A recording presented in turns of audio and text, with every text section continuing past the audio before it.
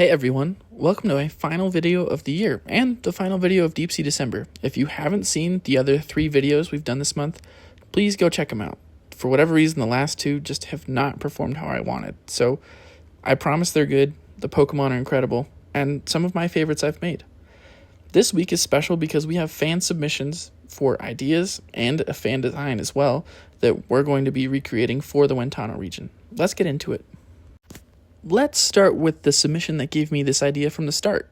On week 1 of Deep Sea December's video, the Teutonic Order 9158 left a comment saying, "Would like to see your interpretation of a horseshoe crab," back before I had even asked for submissions.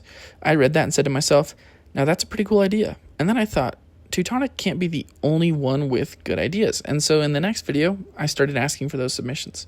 It only felt right to try and honor the source of my inspiration by creating a horseshoe crab Pokemon. There was only one issue. We have a horseshoe crab Pokemon in Kabuto and Kabutops, however you say it. Kabutops. I spent my day racking my brain on what could be done differently. I tried to conceptualize maybe a single stage Pokemon that used jagged imagery of real world horseshoe crabs to differentiate itself from the existing Mons, but I just didn't resonate with the concept. As a standalone Pokemon, it felt and looked boring and uninspired. Then I thought to myself, why not use what I already have and make a regional form instead? That's right, I'm making the first regional fossil Pokemon. Now you may be wondering, is this still a fossil Pokemon? And the answer to that question is no. In fact, this Pokemon is a cousin of Kabuto that, due to living in different oceans, branched off some time ago. That being said, just like the real-world horseshoe crabs, its body plan and tendencies haven't changed since who knows when.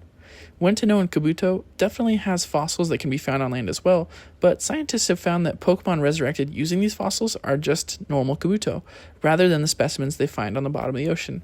It appears that they may not be finding complete fossils that lack the full Pokemon, thus leading to incomplete specimens.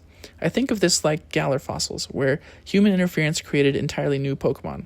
In this case, our inability to find complete fossils has led to the resurrection of incomplete Pokemon, which raises a lot of questions about Cantonian Kabuto, and if that is what it truly looked like.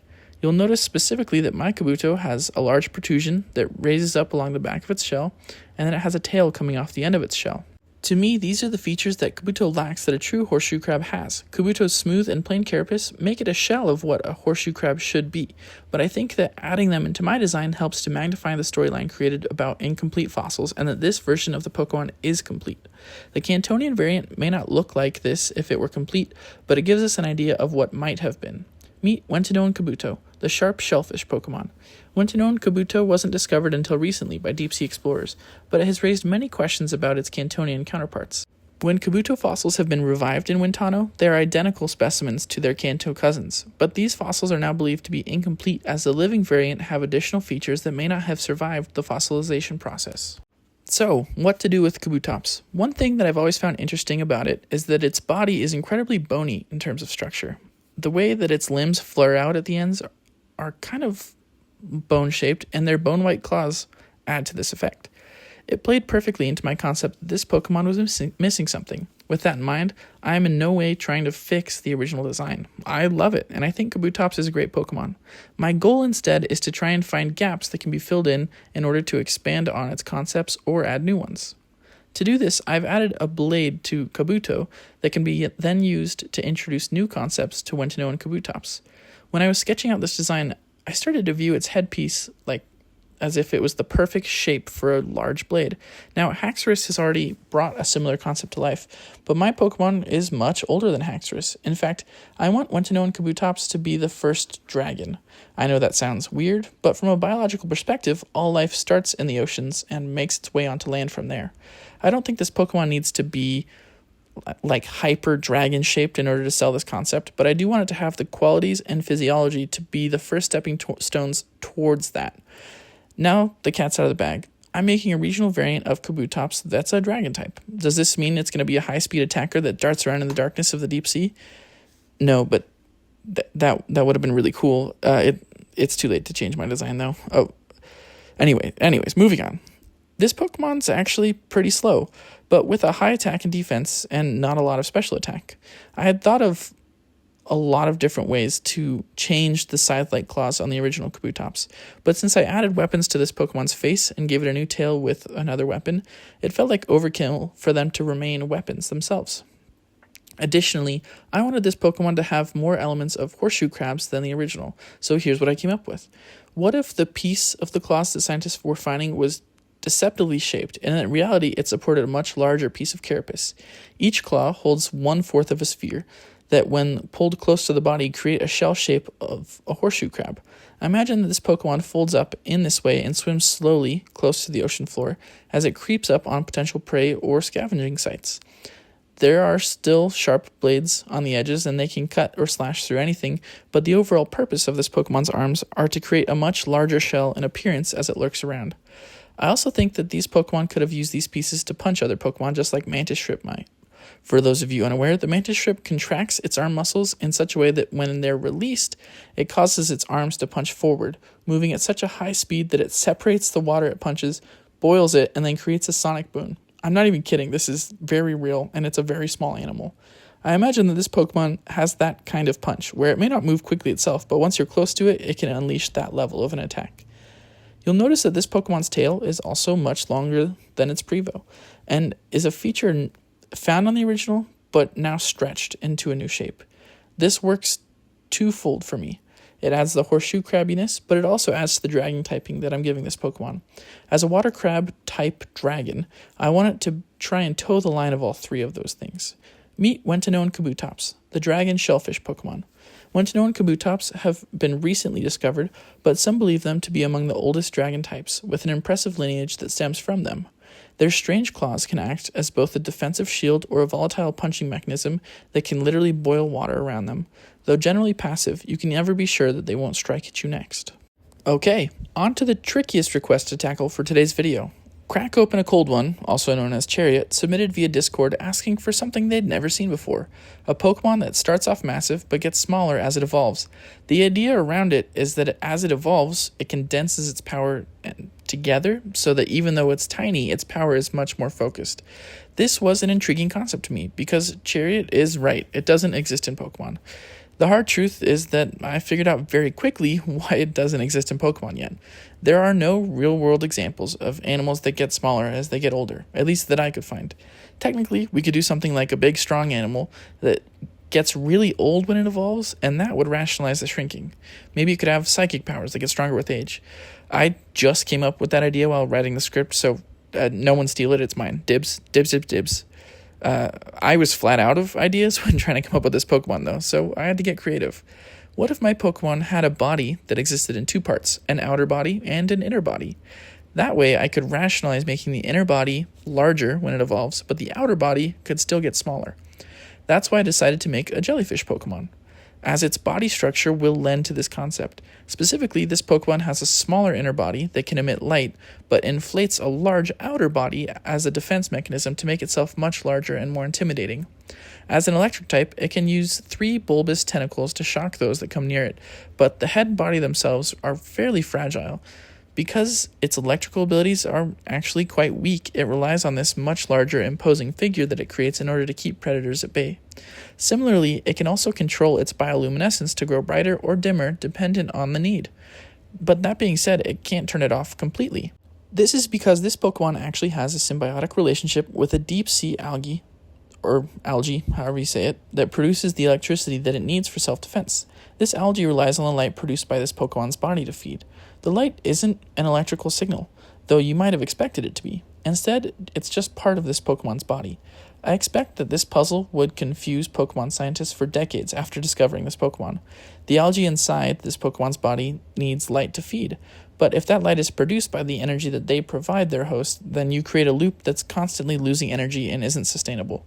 Instead, the light is produced by the Pokemon's body itself, using the energy from the food it feeds off of. The algae living inside of its bubble benefit from this light and produce the energy that this Pokemon then stores and releases as electrical attacks. Meet Jellyfish, the jelly light Pokemon. Wentano scientists have absolutely no idea how this Pokemon is able to generate light. Its electrical abilities are fueled by energy produced from algae colonies living within the Pokemon's outer body, but that algae feeds on the generated light to produce that energy.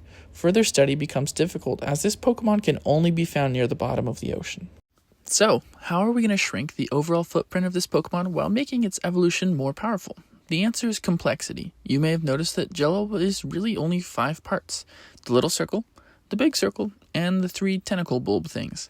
Its evolution will have much stronger electrical abilities and no longer need to inflate its body like Jello does. But that alone won't be enough to make this look like an evolution. First, we're going to tackle how it grows more powerful. This Pokemon has an increased number of algae colonies contained within its body. Each of them resides in one of the 10 bulbs on this Pokemon's head. Well, body in general, I guess. A quick count: it has 4 across the top of its head that we're going to refer to as the crown. Its outer body has 4 more in the shape of tentacles that run along the lower rim, and then a final 2, one at the end of each tentacle. These colonies are highly condensed and are each provided with their own individual light source for feeding. The massive condensing and growth of colonies leads to a much higher electrical output overall. A reminder though, this Pokemon is only containing that output, not generating it by itself. Think of this Pokemon's gelatinous body as the perfect battery. It stores a lot of its energy in its twin-coiled tentacles, and this is for good reason. Many scientists agree that animals who can self-navigate have some way to tune into the planet's magnetic poles and use those to orient themselves while traveling. In order to keep its lights on and keep feeding its algae colonies, this Pokemon has to eat quite a bit, so it uses coiled tentacles with electricity running through them to disorient Pokemon navigating along the ocean floor. Electromagnets are created by running electricity through a coil, which this Pokemon has 2 of. With its twin electromagnets, it can fool Pokemon into swimming towards it, where it can then shock them and boom, it has its next meal. There aren't a lot of real-world jellyfish that we would call active hunters. Instead, many of them swim around hoping that fish and other food will happen to swim through their difficult-to-see tentacles. Not this Pokemon, though. It's quite voracious and doesn't have time to wait for prey to come along. You may never know what you might find at the bottom of the ocean floor. Meet Jelubri, the jelly magnet Pokemon. Jelubri have caused many problems for deep-sea explorers because their magnetic tentacles can cause instruments to malfunction. They use these twin magnets to disorient Pokemon navigating along the planet's magnetic poles, drawing them in before unleashing strong electrical attacks. Though this Pokemon isn't very large, it has been known to defeat enemies much larger than itself on a regular basis. Last entry for the final week of Deep Sea December comes from 2 sources. Chariot had another suggestion of a sea butterfly Pokemon that I honestly wasn't going to tackle after already using another one of their suggestions for Jelubri. But then I saw one of Bandwidth's designs on our Discord server that resembled a sea butterfly, and I knew that I had to get them into the Wintana region. Bandwidth gave permission, and boom, we have convergent evolutions for the Ralts line as our closer for today's video. I'm going to have Bandwidth's channel linked below, so make sure to check them out. Because I didn't design these Pokemon, I won't speak too much to that aspect of them, but instead just do short blurbs for how I see each of these Pokemon fitting into the Wintana region. With convergent Ralts, I imagine that its body is made mostly of glass, with an inner molten core that it maintains using high pressure. I imagine that it's quite fragile to most attacks, but that its nearly clear body makes it difficult to spot, and that the molten inside of this Pokemon being outwardly visible would act as a deterrent to Pokemon who may want to try to eat it. Meet Rangel, the glass angel Pokemon. Rangel have very delicate bodies constructed from glass that appear to be nearly invisible if not for their molten core. Very few of these Pokemon have ever been spotted, but they always seem to be floating near the sandy floor of the ocean, feeding off of the fine grit sand that can be found there. Once observed, they quickly disappear. Scientists have not been able to confirm where to. With Convergent Kirlia, as I was transposing Bandwidth's design to digital, a story started forming in my head. These Pokemon being so fragile and living in arguably the most dangerous place in the Pokemon world, what were they doing here, and why? I like the naming conventions given to these Pokemon. They're all related back to angels, which plays into their delicate beauty. Where were these Pokemon coming from? I imagine that this wasn't always their home, and that some tragedy long forgotten drove them here. Am I going to get into this? Not really. I would prefer a mystery for now. Meet Curlangel, the glass angel Pokemon. Curlangel appear to have gotten past their sand-consuming habits, and scientists have been able to observe it seemingly sucking large amounts of water into its body. No specimen has been captured for study, but it's believed that this water is being stored in the appendages attached to its head. Anytime a Curlangel has been observed, it quickly darts into an area covered in smokestacks, disappearing into the thick darkness. With Convergent Gardevoir and Gallade, I'm going to talk about them at the same time. Here's what I imagine is happening. These Pokemon don't live underwater. They live in caves that have air pockets that are accessed from the lava tubes that are hidden within the smokestacks where Curlangel are hiding. Complicated, I know. These two Pokemon are a pair and work in tandem to create new Rangel. Convergent Gardevoir collects sand and water from Rangel and Curlangel that it then superheats using its exposed core in the form of a dress to create new glass Rangels. Convergent Gallade role in this could be that it acts as a defender and protector of all Rangel, Curlangel, and Convergent Gardevoir. It does have exposed core on its arms that when exposed to water will harden and form blades of glass, but they would become fragile and could be damaged easily.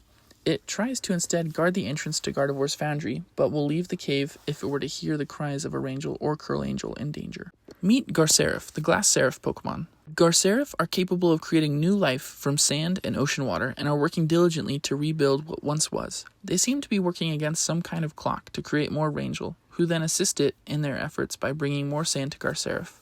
Garcerif appears to be trapped in her cave, as her exposed core will stiffen and paralyze her if exposed to too much seawater.